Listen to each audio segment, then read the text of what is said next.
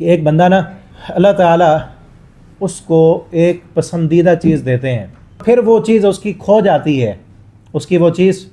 چلی جاتی ہے، اور اس سے مراد انسان کا بیٹا ہے کہ اللہ تعالیٰ کسی انسان کو بیٹا عطا کریں اور اس کا بیٹا اللہ تعالیٰ پھر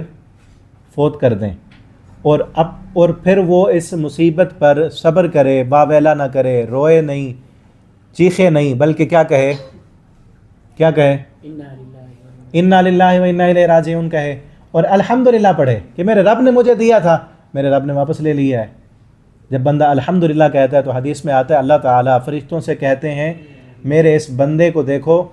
میں نے اس کی جان سے بھی زیادہ قیمتی چیز، اس کے دل کا ٹکڑا میں نے چھین لیا، اور اس نے اس پر صبر کیا ہے اور الحمدللہ کہا ہے، تو اس کے لیے کیا کرو، جنت میں ایک گھر بناؤ، جنت میں ایک محل بناؤ، بہت بڑا عالی شان محل بنا کے اس کے اوپر لکھ دو بیت الحمد، یہ الحمدللہ کہنے والے کا گھر ہے۔